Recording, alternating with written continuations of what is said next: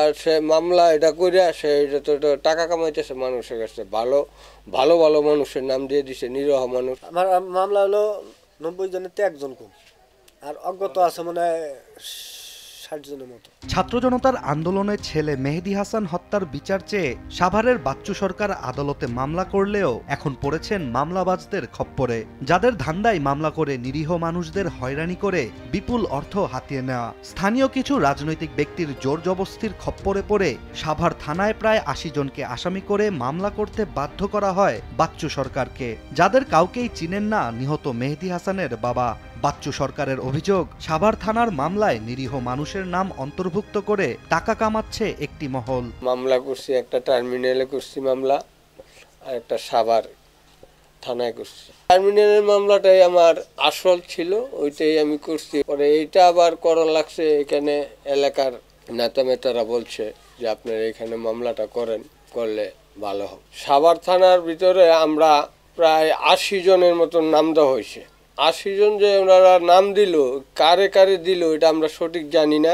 একই অভিযোগ ছাত্র জনতার অভ্যুত্থানে নিহত মুজাহিদের বাবা শাহাবুদ্দিনেরও। তার দায়ের করা মামলায় চিহ্নিত ৮৯ জনকে ও অজ্ঞাত ৬০ জনকে আসামিভুক্ত করা হয়। তবে মুজাহিদের বাবা শাহাবুদ্দিন এসব আসামিদের মধ্যে বেশিরভাগকেই চেনেন না। বলেন, থানা কেন্দ্রিক কিছু ধান্দাবাজ মানুষ ফাঁসিয়ে অর্থ হাতাতেই এমন মিথ্যা মামলার ফাঁদ পেতে বসেছেন। মামলা আমাকে একটা খরচা জানাই, এটা সাংবাদিক বাইরাই চালাবাল আছে। আমার মামলা হলো 90 জনেতে একজন কম, আর অজ্ঞাত আছে মনে হয় 60 জনের মতো। আমি দিছি ৪-৫ জনের নাম, আর বাকিগুলো শৈল ভাই জানে কারে কারে দিছে।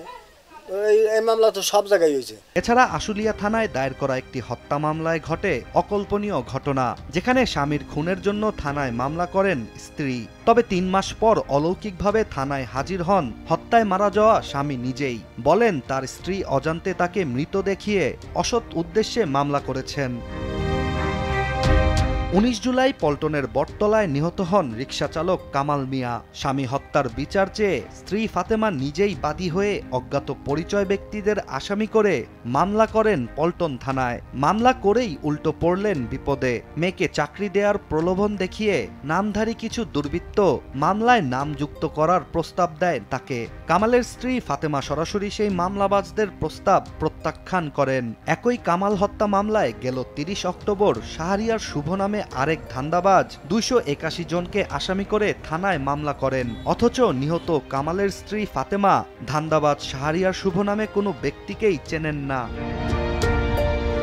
এখানেই শেষ নয়, এমন ঘটনা এখন যেন প্রতিটি থানার বারান্দায়। পুরান ঢাকার তাঁতিবাজারে নিহত রিপনের স্ত্রী শামীমা আক্তার রুমাকে চট্টগ্রাম থেকে ঢাকায় এনে মামলা করাতে বাধ্য করে একটি মহল, যেখানে নানা সুবিধা দেওয়ার আশ্বাস দিয়ে তাদের কথা মতো এজাহারে স্বাক্ষর করানো হয় বাদীকে। একই ঘটনায় নিহত রিপনের মাও মামলা করেন বাদী হয়ে, কিন্তু ২ মামলায় ছিল আসামি ভিন্ন ভিন্ন। এক ঘটনায় ২টি আলাদা মামলার পর ২ পক্ষেরই দাবি অন্য পক্ষ বিএনপি জামাতের লোকজনের কাছ থেকে টাকা নিয়ে মামলা করেছে। আওয়ামী সরকার পতনের পর দেশজুড়ে এভাবেই চলছে মামলার নামে হয়রানি। জুলাই বিপ্লবে নিহত শহীদদের পুঁজি করে একটি পক্ষ উঠে পড়ে লেগেছে নিজেদের স্বার্থ হাসিলের লক্ষ্যে। রাজনৈতিক প্রতিপক্ষকে হয়রানি, মোটা অঙ্কের বিনিময়ে মামলা থেকে মুক্তি দেওয়া সহ নানা অপকর্ম চলছে মামলা বাণিজ্যে, যেখানে অন্ধকার আলোয় হারিয়ে যেতে শুরু করেছে জুলাই আগস্ট বিপ্লবে নিহতদের প্রকৃত হত্যাকারীরা। একদিকে যেমন হয়রানির শিকার হচ্ছে কিছু মানুষ, অন্যদিকে সুষ্ঠু বিচারের অভাবে পার পেয়ে যাচ্ছেন অনেক আসামিও। যদিও আইন শৃঙ্খলা বাহিনীর দাবি, এমন অভিযোগের প্রেক্ষিতে তারা কঠোর নজরদারি করছে। চলমান এসব হয়রানিমূলক মামলা নিয়ে অন্তর্বর্তী সরকারের দায়িত্বশীল পর্যায় থেকেও বারবার উদ্বেগ প্রকাশ করা হচ্ছে।